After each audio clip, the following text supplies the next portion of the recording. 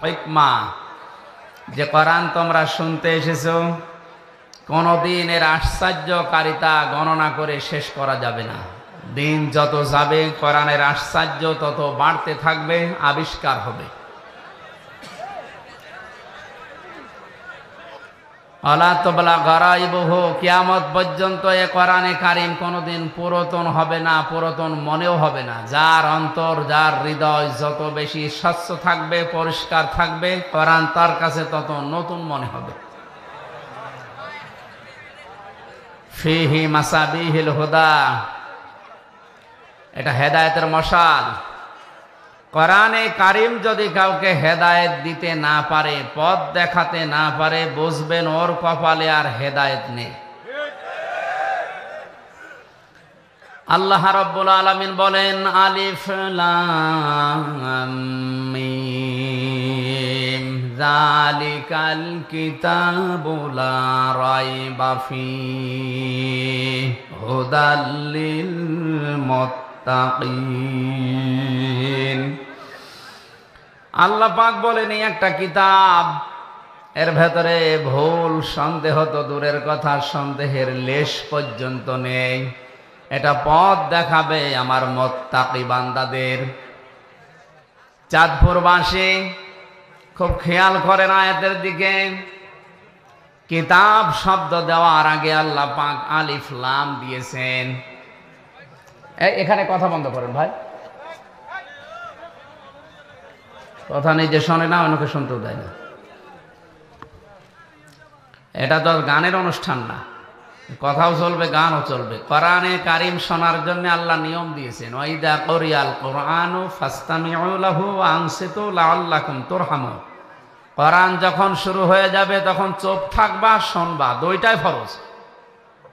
লাআল্লাকুম তুরহামুন, আশা করা যায় তোমাদের উপর আমার রহমত নাজিল হবে। এখানে রহমত নাজিল করতে হলে চুপ থাকা লাগবে, শোনা লাগবে। কেউ যদি কথা বলে ডিস্টার্ব করেন, আপনার কবিরা গুনাহ হবে। এ নির্দেশ কার? সুতরাং এই দুইটা শর্ত আগে মানেন। চুপ থাকবেন, শুনবেন। খুব বেশি সময় না, সর্বোচ্চ 1 ঘন্টা 10-15 মিনিট কথা বলবো এই আয়াত থেকে। আমাদের আলোচনার সাবজেক্ট হচ্ছে আমাদের জাতির পিতা হযরত ইব্রাহিম আলাইহিস সালামের জীবনের 50টা পরীক্ষা। আমরা তার সন্তান হিসাবে এ পরীক্ষা আমাদের জীবনেও সামনে আসতে পারে বা আসবে। আমরা যেন তার মতো টিকে থাকতে পারি, পাশ করতে পারি, সে কথাগুলো আমরা কোরআন এবং হাদিস থেকে জেনে বাস্তবে মিলাবো ইনশাআল্লাহ।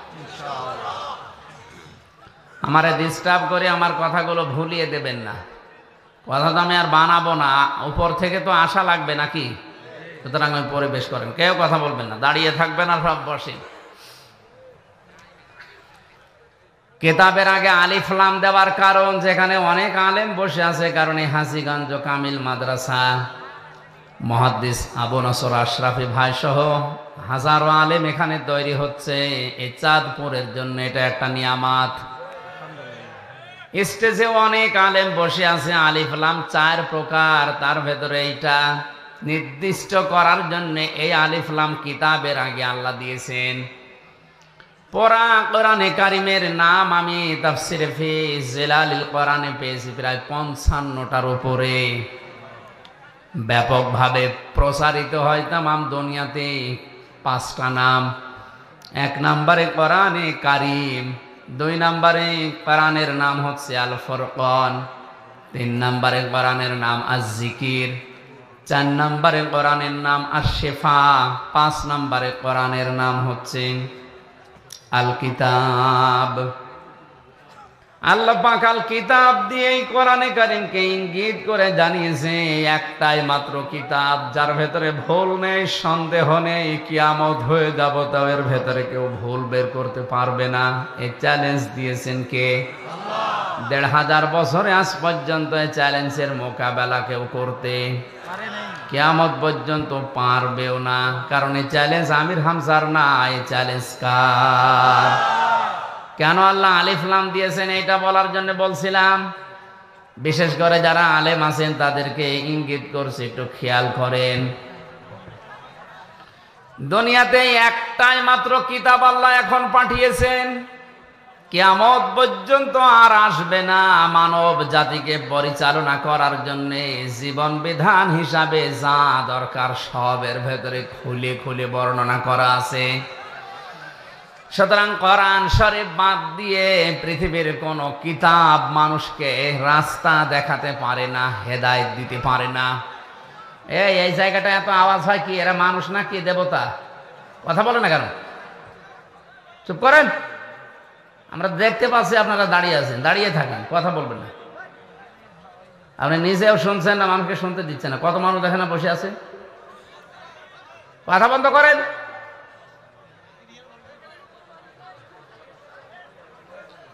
এই এলাকায় স্বেচ্ছাসেবক দু একজন বেশি করে দেন তো। মানুষের বিবেক না থাকলে কি করা যাবে?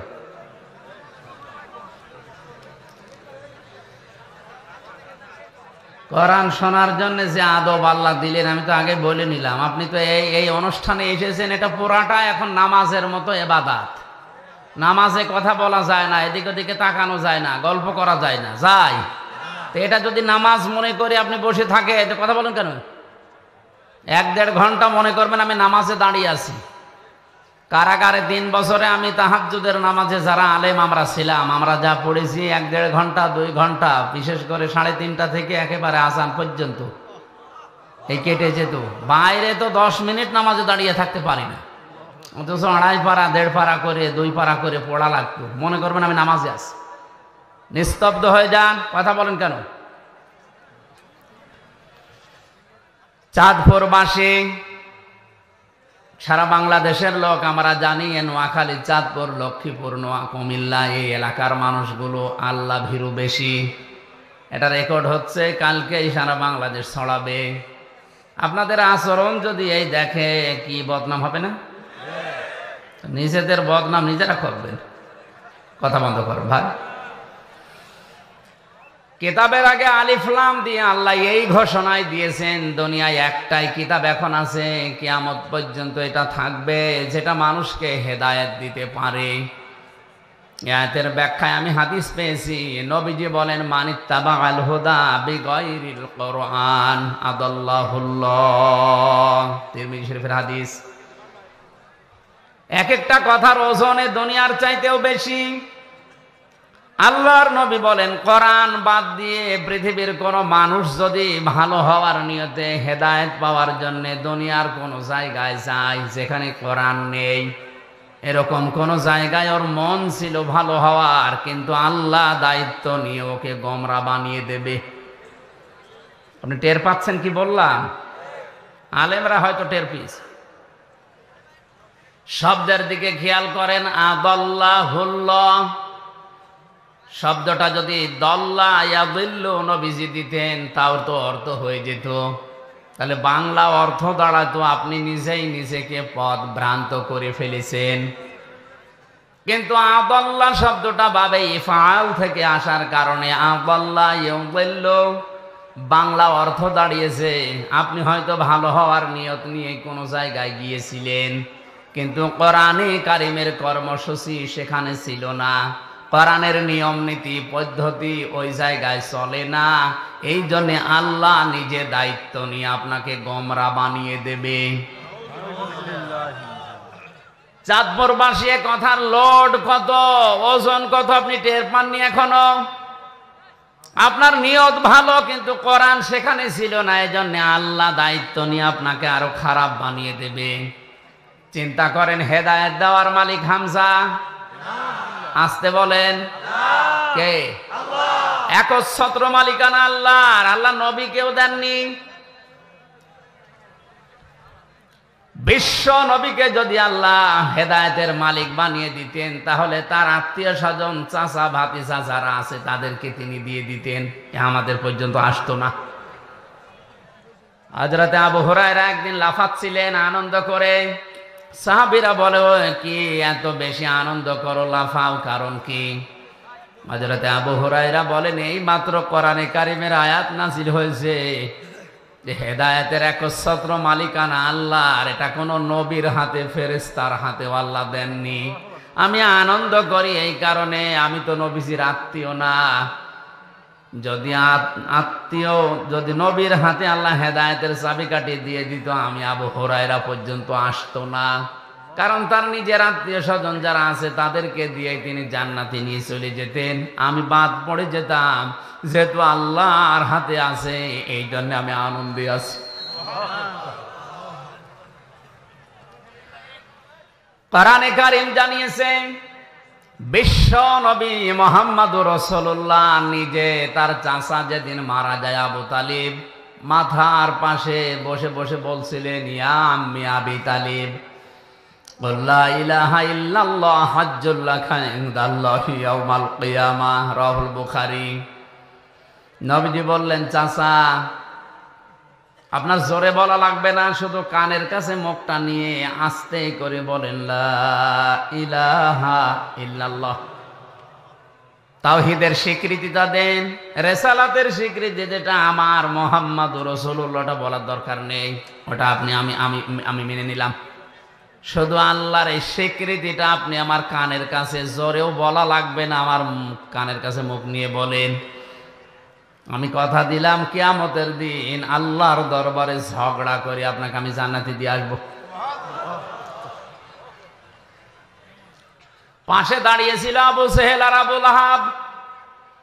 আবু সুফিয়ান ডাক দিয়ে বলে, নেতা পড়বা, সারা জীবন বাপ দাদার ধর্ম অনুসরণ করলে এখন ভাতিজার নতুন ধর্ম গ্রহণ করে কলঙ্কিত হবা।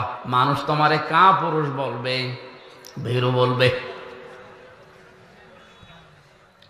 আবু তালিব ওই সময় ডাক দিয়ে বলেছে, ভাতিজা আমি তোমাকে ভালোবাসি, কিন্তু এটা আমি পড়তে পারলাম না, তুমি আমাকে মাফ করে দিও। বলেন তো মাফ করার মালিক কে? বিশ্বনবীর মন খারাপ হয়ে গেল।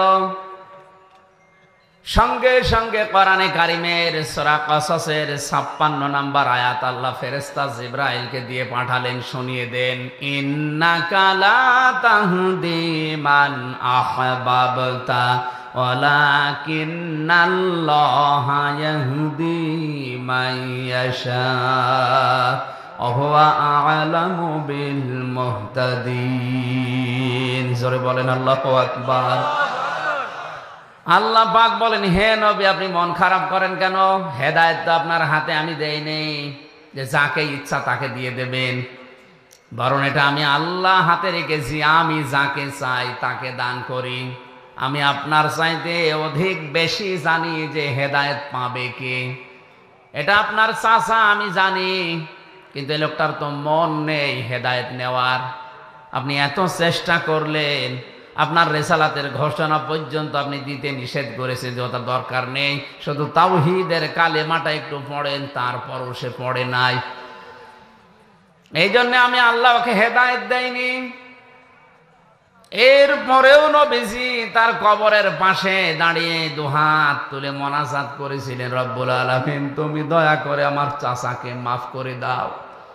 সঙ্গে সঙ্গে জিবরাইল এসে বললেন, হে নবী হাত নামান। কার জন্য হাত তুলেছেন? মা কানা লিন নাবিয়্যি ওয়াল্লাযীনা আমানু আইয়াস্তাগফিরু লিল মুশরিকিন ওয়ালাউ কানু লি কুরবা মিন বা'দি মা তাবায়্যানা লাহুম আন্নাহুম আসহাবুল জাহিম। বিবেক যদি থাকে চিন্তা করেন যে নবী জীবনে হাত তোলা লাগে নাই, মনের ভেতরে কামনা আসলে এই মোনাজাত কবুল হয়ে গেছে। সেই নবী হাত তুলে বসে আছে কবরের সামনে চাচার জন্যে। জিবরাইল এসে বলছেন আপনি হাত নামান।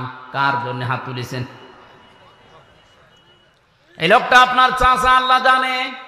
সারা জীবন আপনাকে ভালোবাসা দিয়েছে, কোলে কাকে পিঠে মাথায় দিয়ে চোমা দিয়ে দিয়ে বড় করেছে, আল্লাহ দেখেছে।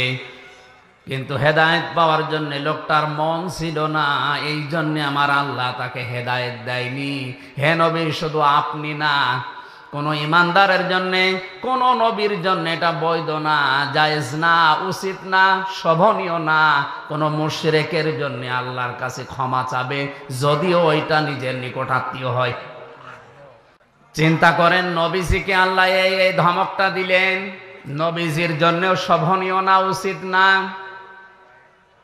কোন মুশরিকের জন্য ক্ষমা চাওয়া এত ঘৃণিত আল্লাহর কাছে। যারা শিরিক করে এই মুশরিকরা হজে যারা যায় তাদেরকে প্রথমে এই কথা বলা লাগে লাব্বাইক আল্লাহুম্মা লাব্বাইক লা শারীকা লাকা লাব্বাইক। হে আল্লাহ, সেই বাংলাদেশের চাঁদপুর থেকে এসেছি, কাফনের কাপড় পরে এসেছি তোমার ঘর, আমি এখন তাওয়াফ করব, আমি হাজির হয়ে গেছি, আমার নামটা তোমার হাজিরা খাতায় লিখে নাও। প্রথমেই ঘোষণা আসে বান্দা দাঁড়া। কাবার চত্বরে প্রবেশ করার আগেই বলা লাগে লা শারীকা লাকা লাব্বাইক। তুই বল যে আল্লাহ আমি মুশরিক না, আমি আর যাই করি আমি শিরিক করি না। অথচ তামাম দুনিয়ায় আজ মানুষকে মুশরিক বানানোর পাই তারা চলছে। একজনের নামে একটা সূরা নাযিল হয়েছে কোরআনে কারিমে, তার নাম লোকমান। লোকটা নবীও না রাসূলও না, একটা সাধারণ মানুষ। তাফসিরে পড়েছি এত সাধারণ, দুনিয়ায় 3 জন কালো মানুষের নাম আমি পেয়েছি। একজন হযরতে মাহজা, হযরতে ওমরের খাদেম ছিলেন, গোলাম ছিলেন। 2 নম্বরে হযরতে বেলাল। 3 নম্বরে এই লোকটা যার নাম বললাম লোকমান। জহব্বারে গে ঠোঁট ছিল একেবারে ঝোলা, ঝুলেছিল ঠোঁট, এত কালো। তাফসিরের ভাষায় এরকম কালো মানুষ দুনিয়ায় ওই 2 জন ছাড়া আর পাওয়া যায়নি। চেহারা ছিল একেবারে উল্টা পাল্টা, চুলগুলো ছিল উস্কো খুস্কো।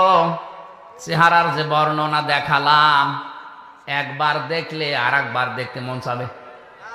আসতে বলেন। অথচ এই লোকটার জন্য 4 পৃষ্ঠার একটা সূরা আল্লাহ কোরআনে কারিমে নাযিল করে তাকে চিরন্তন করে দিয়েছেন।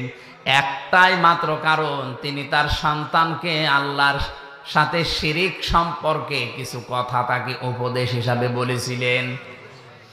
وَإِذْ قَالَ لُقْمَانُ لِابْنِهِ وَهُوَ يَعِظُهُ يَا بُنَيَّ لَا تُشْرِكْ بِاللَّهِ إِنَّ الشِّرْكَ لَظُلْمٌ عَظِيمٌ। আল্লাহ পাক বলেন, হযরত লোকমান তার সন্তানকে যখন উপদেশ দিচ্ছিল ওই কথাটা স্মরণ করো। তিনি সর্বপ্রথম বলেছিলেন লা তুশরিক বিল্লাহ, হে আমার আদরের সন্তান, দুনিয়ায় আর যাই করো শিরিক করবা না। কি করবা না?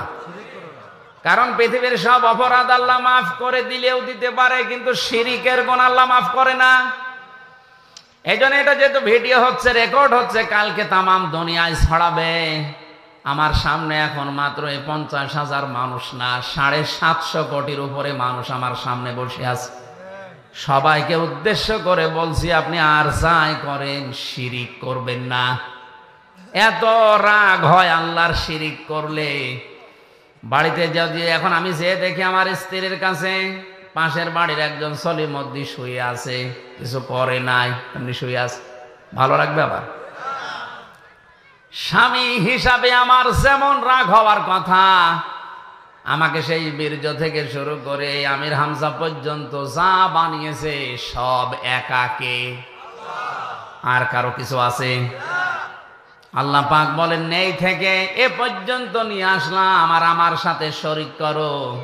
আমি ঠিক ওই স্বামীর মতো রেগে যাই।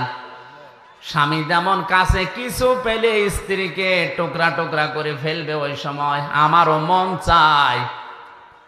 আমার নাম হালিম, সহনশীল, ধৈর্যশীল, এজন্য তোর কিছু বলি না। কোরআনে কারিমে সবচেয়ে ভয়ঙ্কর আয়াত হচ্ছে শিরিকের বিরুদ্ধে। ইন্নাল্লাহা লা ইয়াগফিরু আন ইউশরাকা বিহি ওয়া ইয়াগফিরু মা দুনা যালিকা লিমান ইয়াশা। আল্লাহ পাক বলেন, অবশ্যই আমি আল্লাহ সব অপরাধ গুনাহ মাফ করে দিলেও দিতে পারি, কিন্তু শিরিকের গুনাহ মাফ হবে না। এজন্য আমাদের সাবধান থাকা দরকার। জীবনে আর যাই করি অন্তত শিরিক যেন জীবনে না থাকে, কারণ মুশরিকের জন্য নবী পর্যন্ত ক্ষমা চাওয়া নিষেধ। কথা বুঝতেছে? অথচ টাটকা মুশরিক বাংলাদেশে মরে যাচ্ছে, আল্লাহর আইনের সাথে শিরিক করে, তার শক্তির সাথে শিরিক করে। যারা ক্ষমতার উৎস জনগণ বলে তারা আল্লাহর আয়াতের সাথে শিরিক করে। এ বিশ্বাস এলাকায় আছে? এক্ষুনি আপনি পরিবর্তন হবেন, নয়তো মুশরিক হয়ে মরবেন। ক্ষমতার উৎস একমাত্র আল্লাহ। আপনি বাস্তবে মিলাতে পারেন না সেটা আলাদা, কিন্তু বিশ্বাস করা লাগবে ক্ষমতার উৎস জনগণ নয়। কে বলেন তো? আন্নাল কুওয়াতা লিল্লাহি জামিআ। যারা ক্ষমতার উৎস জনগণ বলে চালান তারা এই সূরা বাকারার এই আয়াতের পুরাপুরি বিরুদ্ধে। তারা আয়াতের সাথে শিরিক করছেন, তারা মুশরিক। মারা গেলে আমির হামজা না, কাবার ইমাম সুদাইসি না, নবীজি এসে দোয়া করলো আপনার জন্য কবুল হবে না যদি মুশরিক হয়ে কেউ মারা যায়। হেদায়েত দেওয়ার একচ্ছত্র মালিকানা যেহেতু আল্লাহর, এই ক্ষমতা আল্লাহ কোরআনে কারিমকে দিয়েছেন। এই জন্য আমাদের সাবধান থাকা দরকার। কোরআন যেখানে নেই, ওই দল যদি আমার বাবাও প্রতিষ্ঠা করে ওই দলে আমি যাব না। ওই দলে যদি আমি ভালো হওয়ার নিয়তেও যাই আমাকে খারাপ বানিয়ে দেবে। আসতে বলে, যেই পীরের দরবারে কোরআন শরীফ চলে না, কোরআনের নিয়ম নীতি নেই, ওই দরবারে যদি আমি ভালো হওয়ার নিয়তেও যাই আমাকে গোমরা বানিয়ে দেবে কে? এর বাস্তব উদাহরণ কুষ্টিয়ার লালনের মাজার। এই এলাকা থেকে হাজারো মানুষ যাচ্ছে ওখানে, যেহেতু কোরআন ওখানে চলে না, কোরআনের নিয়ম নীতি ওখানে নেই, ওখানে মানুষের তৈরি করা কিছু বানানো নিয়ম চলে। এই জন্য আমার মনে হয় ওখানে গেলে মানুষ ভালো হওয়ার পরিবর্তে আরো খারাপ হয়। আগে গাঁজা খেত না, এখন গাঁজা খায়। আগে বিড়ি সিগারেট খেত না, এখন বিড়ি খায়। কথা বলেন না কেন? তাহলে লোকটা ভালো হয়েছে না খারাপ হয়েছে? আরে নদী পার হয়ে যে আল্লাহর ওলি আছে, আমি নাম নাই নিলাম, ওখানে গেলে মানুষ দেখি আগে দাড়ি মাড়ি যায় রাখতো, ওখানে গেলে দাড়ি কেটে সফা করে ফেলে। তাহলে ভালো হয়েছে না খারাপ হয়েছে? আমি বাস্তব নিজে গিয়ে দেখেছি শিরিক প্রকাশ্যে চলছে। বিশ্ব নবীর দরবারে, নবীজির কবরস্থানে, নবীজির মাজারে, আল্লাহর নবীর রওজায় আমি 16 সালে ঘুরে এসেছি। এইভাবে যাওয়া লাগে না, এইভাবে পিছিয়ে আসা লাগে না, কিন্তু ওই দরবারে গিয়েছি এইভাবে যাওয়া লাগবে, আবার এইভাবে পিছিয়ে আসা লাগবে। লা তাত্তাখিযুল কুবুর মাসাজিদা, নবীজি বলেন কবরকে তোমরা সেজদার জায়গা বানিও না। আজ হাজারো পীরের দরবারে কবরগুলো মাজার পূজা হিসাবে চলছে। যে কবরে মাজার পূজা চলে ও কবর ভেঙে দেওয়া আমাদের জন্য একেবারে ওয়াজিব হয়ে গেছে। হাজার বেদাত করে, আর এটা সব চাইতে বেশি চট্টগ্রাম বিভাগে। দিনের নামে, ইসলামের নামে নতুন নতুন জিনিস তৈরি করে এরা ইসলাম বানিয়ে চালিয়ে দিচ্ছে। এই জন্য বেদাত যারা করছেন তারা থামেন। বেদাত করলে নবীজি বলেন বেদাত পন্থী যারা, বেদাত আবিষ্কার যারা করে, সালাম দেওয়া পর্যন্ত জায়েজ নেই। 2 নাম্বারটা এখন বলা যাবে না মোনাজাতের আগে। বলেন আমি মায়ের খাই।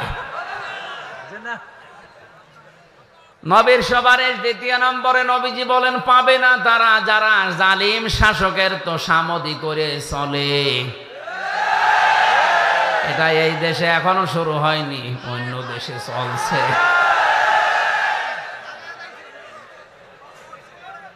জালিমদের তোষামদি করে যারা চলবে এরা নবীর সুপারিশ পাবে না। আজকে হাসিগঞ্জের জামে মসজিদে গিয়ে যদি দেখেন ইমাম সাহেব দাড়ি গোপ কেটে একেবারে সফা করে ফেলেছে, আপনি নামাজ পড়তে যাবেন, কি বলবেন? হুজুর আপনি দাড়ি কাটলেন কেন? ইমাম সাহেব যদি বলে বেটা তোরও তো দাড়ি নেই। মুসল্লি বলবে হুজুর দাড়ি কেটে মুসল্লি হওয়া যায়, ইমাম হওয়া যায় না। কথা বলেন না কেন? আপনার বিবেকের কি একটু নাড়া দেয় না? মাত্র হাজীগঞ্জের মতো জায়গার একটা ইমাম দাড়ি কেটেছে এই জন্য আপনি নামাজ পড়তে রাজি না, অথচ আপনার নিজেরও দাড়ি নেই। এর পেছনে নামাজ হবে না আপনি এই মনে করে পড়ছেন না, অথচ দাড়ি গোপ কেটে একটা লোক বিশ্ব ওলির দাবি করছে, মানুষ পঙ্গপালের মতো গরু ছাগল নিয়ে ছড়ছে। আর এই কথা বলতে গেলে বলে ও পীর বিরোধী, ও কি পীর? টাটকা শয়তান। হাজীগঞ্জের মতো এতটুকু জায়গার মসজিদের ইমাম সাহেবের দাড়ি না থাকলে যদি নামাজ পড়তে কেউ রাজি না হন, বিশ্ব বলি যে লোকটা প্রতিদিন সফা করে, ওরে আপনি বিশ্ব বলি মনে করলেও গোনা হবে। এই জন্য হাজারো মানুষ ওখানে ভালো হওয়ার নিয়তে যায়, শিরিক আর কোরআন না থাকার কারণে হাজারো মানুষ আল্লাহ গোমরা বানিয়ে দিচ্ছে। এই সত্য কথাটা বললাম আপনাকে বাঁচার জন্যে। এরপরেও যদি কারো বিবেক না খোলে, আমার মনে হয় ওর বিবেকের উপরে কুকুরে পোশাক করিস। অবশ্য ঠিক। তাহলে কোরআনে দুনিয়ায় একমাত্র কিতাব যেটা মানুষকে হেদায়েত দিতে পারে। আজকের এই ময়দান থেকে সিদ্ধান্ত নিয়ে বাড়ি যাওয়া লাগবে, কোরআন যেখানে নেই ওই দলে, ওই দরবারে, ওই আস্তানায় আমি যদি চাই আমাকে গোমরা বানাবে কে? এরপরেও যদি আপনি যান, এবার যান, আপনি কোথায় যাবেন যান। আমার মনে হয় ওয়াজ হয়ে গেছে না, মানে আবার কি ওয়াজ করব? এই কথাটুকু যদি বুঝে এখনই প্র্যাকটিক্যাল লাইফে আপনি সেট করতে পারেন, এটাই তো ওয়াজ হয়ে গেছে। এই হাদিসটা যদি কেউ মেনে নিতে পারে মনে প্রাণে, যে কোরআন যেখানে নেই ওখানে গেলে আল্লাহ তাকে গোমরা বানিয়ে দেয়, এই বাংলাদেশে কোরআন ছাড়া অন্য কোন দল এদেশে চলবে না। আল্লাহ আমাদের বোঝার তৌফিক দিন, বলেন আমিন। দরুদ আর সালাম পাঠ করছি আমাদের নবী, মানবতার মহান শিক্ষক মুহাম্মদুর রাসূলুল্লাহ সাল্লাল্লাহু আলাইহি সাল্লামের প্রতি। কোরআনে কারিম থেকে মাত্র একটা আয়াত পড়েছি, সূরা বাকারা আয়াত নাম্বার 124। 286টা আয়াত আছে সূরাতে, 40টা রুকু আছে। মাত্র একটা আয়াতে কত কথা আছে আপনি একটু হিসাব করে করে দেখবেন। পুরা কোরআনে আল্লাহ কত কিছু দিয়েছে, আপনার মাথা এলোমেলো হয়ে যাবে। জবান ঘরে কোরআনে কারিমের তাফসিরুল কোরআন মাহফিল, তাফসির আকারে কথা শোনার জন্য পড়েন।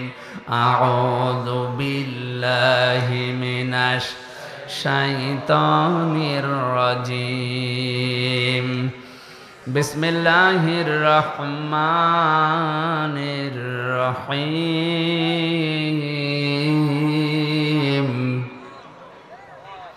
وَإِذِ ابْتَلَى إِبْرَاهِيمَ رَبُّهُ بِكَلِمَاتٍ فَأَتَمَّهُنَّ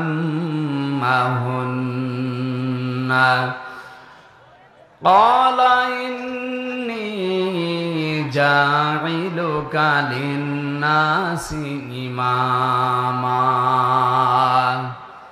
قَالَ وَمِنْ ذُرِّيَّتِهِ قَالَ لَا يَنَالُ عَهْدِ الظَّالِمِينَ।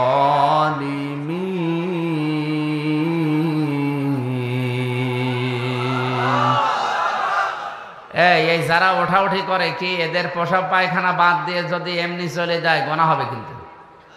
এই জিজ্ঞাসা করেন তো ওর অবস্থান কি? না, আমি হাসির খোরাকি দেইনি। আপনি যদি ভালো লাগছে না এই বলে চলে যান, আপনার কিন্তু গোনা হবে। জরুরত থাকলে যেতে পারেন, এমনিতেই উঠবেন না ভাই।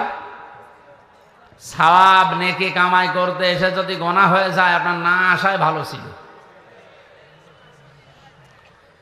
খেয়াল করেন, এই দেশে আমি যতটুকু এই কয় মাস, বিশেষ করে 1 মাস কয়েকদিন বের হয়ে যা দেখছি, এর আগে 20 সালের আগ পর্যন্ত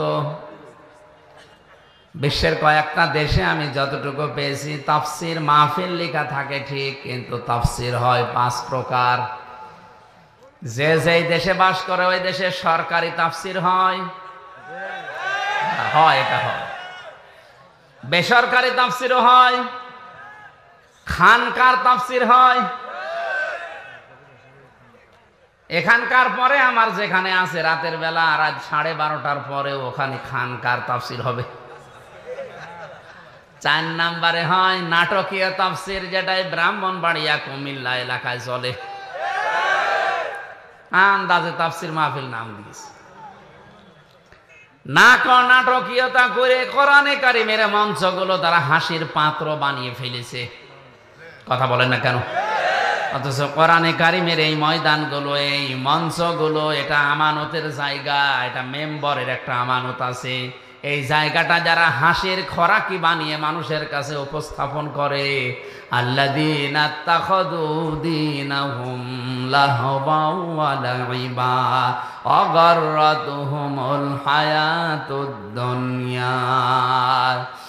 সূরা আরাফের 51, 50, 51 নম্বর আয়াতে আল্লাহ জানিয়েছেন যে মানুষগুলো দুনিয়ায় আল্লাহর দ্বীনকে খেল তামাশা বানিয়ে ফেলেছে, এদেরকে দুনিয়ার জীবন ধোঁকায় ফেলে রেখেছে। কিয়ামতের দিন আল্লাহ তাদেরকে ভুলে যাবে যেমন তারা দুনিয়ায় কোরআনকে ভুলেছিল। ওরা তাফসীর মাহফিলের নাম দিয়ে কোরআনে কারিমকে এমন ভাবে উপস্থাপন করছে নাটকীয় ভাবে, জেনারেল শিক্ষিত মানুষগুলো মনে করছে ইসলাম মনে হয় এরকমই। কথা বলছে না কেন? এই জন্য তাদের আহ্বান জানাবো, আপনারা এই মঞ্চের যে আমানত আছে, এই মেম্বরের যে আমানত আছে, এগুলো ঠিক রাখেন। দুনিয়ার স্বার্থে মত্ত হয়ে এই ময়দানটা কলুষিত করবেন না। 5 নম্বরে হয় দরকারি তাফসির, কোরআনিক তাফসির, যেটা বাংলাদেশ, ভারত, পাকিস্তানে খুব কম। কথা বলে না কেন? আমাদের উপরে যায় আসুক না কেন, আমরা কোরআনে কারিমিক তাফসির যেটা দরকারি, যেটা ওইটা করব।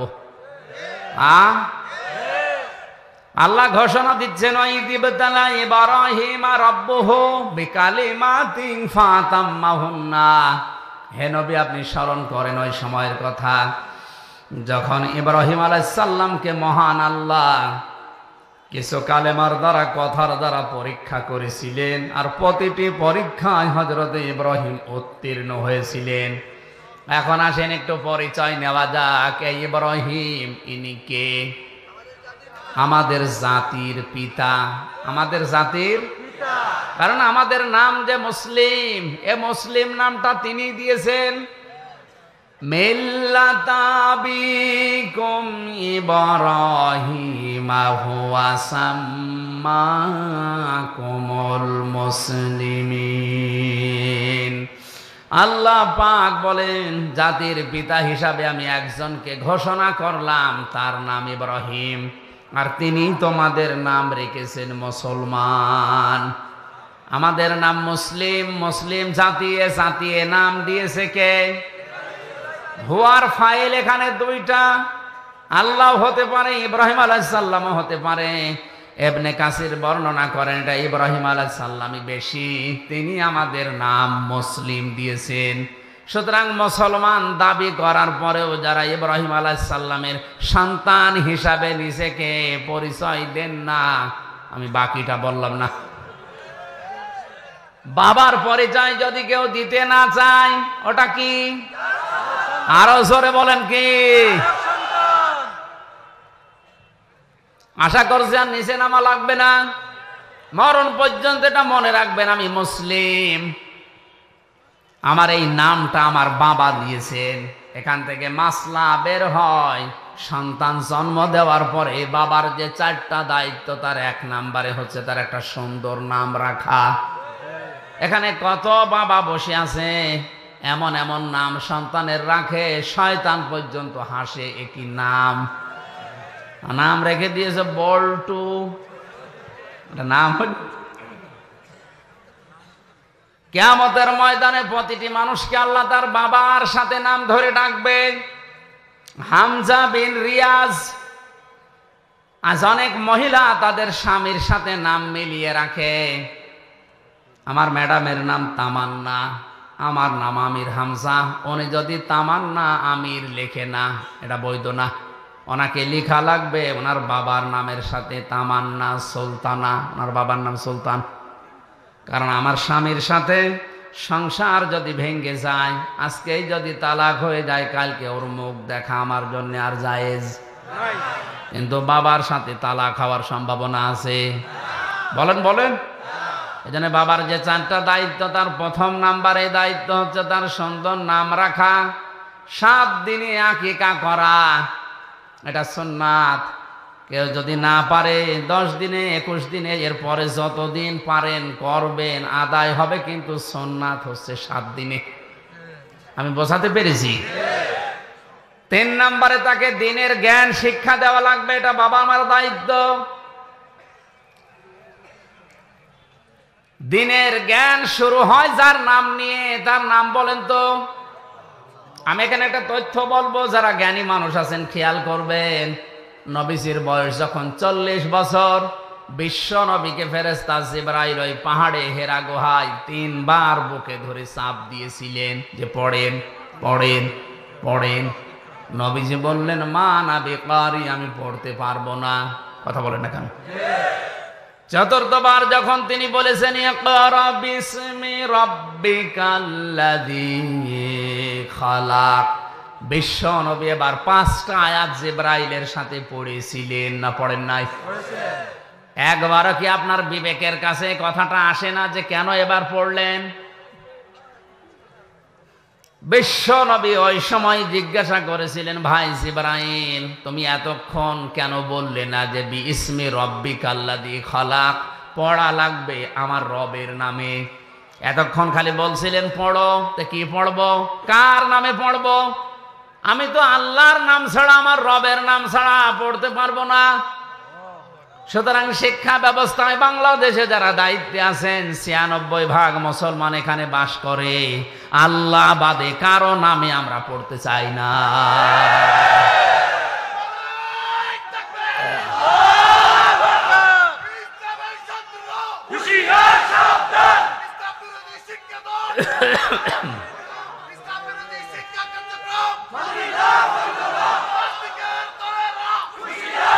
আমার ভাইরা, আমি কথাগুলো শুধু স্লোগান দেওয়ার জন্য, গরম হওয়ার জন্য বলি নাই, বিবেকের কাছে প্রশ্ন করে। নবীজি নবুয়ত পাওয়ার পরে কিন্তু পড়তে পারতেন, তিনি বলেন না আমি পড়বো না। কারণ আমার রবের নাম যখনই আমি শুনলাম তখনই পড়া স্টার্ট দিলাম। বিশ্ব নবী নবুয়ত পাওয়ার পরেই তার উম্মতদেরকে আদেশ দিয়েছে, উম্মতেরা সন্তান তোমাদের হলে তাদের 3 নাম্বারের দায়িত্ব তার দ্বীনের শিক্ষা দিবে। আর দ্বীনের শিক্ষা শুরু হয় আমার আল্লাহর নামে। যে বইয়ের শুরুতে বিসমিল্লাহির রহমানির রহিম থাকে না, ইকরা বিইসমি রাব্বিকাল্লাযী খালাক থাকে না, ইন্নাদ-দীনা ইনদাল্লাহিল ইসলাম থাকে না, ওই পড়া মুসলমানেরা পড়বে কিনা ভেবে দেখা উচিত। কথা বলেন না কেন? শিক্ষা গ্রহণ করার পরে মানুষ যদি মানুষ না হয়ে জানোয়ার হয়ে যায়, ওইরকম শিক্ষায় শিক্ষিত না হওয়াই ভালো। বাংলাদেশ সহ বিশ্বে যত জায়গায় ঘুরেছি, কোরআনে কারিমের শিক্ষা যাদের ভেতরে আমি পেলাম, বাস্তবে ওই ছোটবেলায়ও যারা কোরআনের শিক্ষা কমও পেয়েছে, তারা বড় হয়ে যত বড় জায়গায় উঠেছে, তাদের ওই ছোটবেলার কথাটা মনে আছে। ঝিনাইদহ জেলার টিয়নো, ওই 20 সালের আগে আমি এক বাড়িতে খেতে গেলাম, যে দেখি চা দিয়েছে, পিরিচ নেই, শুধু কাপ। আমি হেসে ফেলেছি, কিন্তু জ্ঞানী মানুষ বুঝতে পেরেছে, বলছে হুজুর আপনি কেন হাসেন? আমি বুঝি, চা দিয়েছি শুধু কাপে, পিরিচ নেই। একটা পিরিচ দিয়েছিল কিন্তু ভাঙা, এই কারণে আপনি হাসেন। আপনি হয়তো জানেন না, গতকালকে আমি যদি এই সোমবার গেল, গতকালকে যদি একটা ফাইলে সই করতাম, 5 লাখ টাকা আমার হাতে দিয়েই দিয়েছিল। কিন্তু ছোটবেলায় আমি কোরআনে কারীম পড়েছিলাম যে ঘুষ খাওয়া যাবে না। ওই আয়াত আমার সামনে সব সময় এসে দাঁড়িয়ে বলে যে যত কঠিন পরিস্থিতি হোক ঘুষ খাওয়া যাবে না। এরকম পিরিচ একটা না, 1000টা পিরিচ আজকে আমি কিনতে পারতাম। বলেন তো, কোরআনের শিক্ষা থাকার কারণে লোকটা মানুষ হয়েছে না জানোয়ার? আর এটা যাদের ভেতরে নেই, যে মানুষগুলো শিক্ষিত হচ্ছে, আমি বাস্তব প্র্যাকটিক্যাল লাইফের কথা বলছি। এত বড় বড় দাড়ি, মাথায় টুপি দিয়ে পাগড়ি মাথায় আছে, হাতে তসবি টিপতেছে। আমি গেলাম বিশ্ববিদ্যালয়ে সার্টিফিকেট নিয়ে আসছি। আমারে বলছে, হামজা তাড়াতাড়ি করো। হুজুর আমি তো তাড়াতাড়ি করছি। তাড়াতাড়ি করো, আমি জামাত ধরবো জোহরের নামাজের। আল্লাহ হুজুর আমি তো তাড়াতাড়ি করছি, আমিও গাড়ি ধরবো। মাথা নিচু করে বলছে, 2000 টাকা বের করো। তো আপনি জামাত ধরবে? কিসের জামাত ধরবেন আপনি? আপনার মাত্র 15 মিনিট লাগবে জোহরের নামাজ পড়তে, আর সরকার আপনার কাছে 8টা ঘন্টা কিনে নিয়েছে। আমাদের এই ছেলে মেয়েরা যারা আসবে তাদের সই করে সিল মেরে আপনি দিয়ে দেবেন সার্টিফিকেট। এইটা আপনার নামাজ, এটা আপনার জামাত। কথা বলেন না কেন? 2000 টাকা বের কর মানে আমি জানি যে এর কাছে আমার সার্টিফিকেট পাওয়া যাবে না, এই জন্য আমি আজ তুলিও নাই, কারণ ও থাকতে দেবে না। বলেন তো, যে লোকটা টিও তার দাড়ি নেই, গোপ নেই, টাই শার্ট প্যান্ট পরে, কিন্তু ছোটবেলায় কোরআনের সুদের আয়াত ঘোষের আয়াতটা তার সামনে এসে দাঁড়ায়, এই লোকটা এই লাইনের না ভেষ ধরেছে। জেনারেল শিক্ষিত মানুষ ভেষ ধরে আজকে দাড়ি রেখে জব্বা গায়ে দিয়ে পাগড়ি মাথায় দিয়ে তসবি টিপতেছে, বলছে 2000 টাকা বের করো। তাহলে এও তো শিক্ষিত, ওইটাও শিক্ষিত।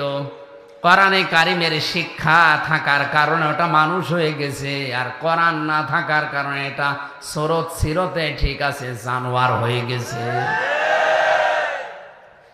এই চোখে দেখেছি ওস্তাদ ওযু করছে, ছাত্র পানি ঢেলে দিচ্ছে পায়ে। আমি এই চোখে এইটাও দেখেছি, ওস্তাদ ক্লাস নিচ্ছে, ছাত্র স্যান্ডেল দিয়ে পিটাচ্ছে।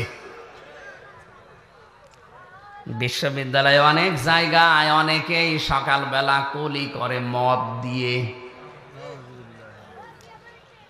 এই জন্য জাতিরে আজকে ভেবে দেখা উচিত যে শিক্ষা ব্যবস্থায় শিক্ষিত হয়ে যদিও মানুষ না হয়ে জানোয়ার হয়ে যায়, ওর চাইতে ওর ভ্যান চালানো ভালো। নবীজি নবুয়ত পাওয়ার পরে কি বলেছিলেন, জিবরাইল তুমি এতক্ষণ কেন বলনি যে বিসমি রব্বিকাল্লাযী খলাক, রবের নামে পড়া লাগবে? তাহলে আমি এতক্ষণ অপেক্ষা করতাম না, কারণ রবের নামে পড়লেই মানুষ মানুষ হয়। আশা করছে আমার নিচে নামা লাগবে না, আপনি বুঝেছেন? এটা শুধু আমার একার কথা না, এদেশের 18 কোটি মানুষের মনের কথা হয়তো অনেকেই মুখ ফুটে বলতে পারে না। কথা বলে না কেন? হযরত ইব্রাহিম আলাইহিস সালাম, তাকে মহান আল্লাহ 50টা পরীক্ষা দুনিয়ায় করেছিলেন। 50টা পরীক্ষার ভেতরে আমি তার জীবনী থেকে তাফসির থেকে তুলেছি, ঈমান সম্পর্কে মহান আল্লাহ তাকে পরীক্ষা করেছিলেন 10টা। কয়টা? 10টা। দুনিয়ায় আমাদের অনেকের ঈমান এখন আছে না নেই? পৃথিবীর প্রতিটি জিনিস ভেঙে যাওয়ার সিস্টেম আছে, ভালো করে খেয়াল করেন।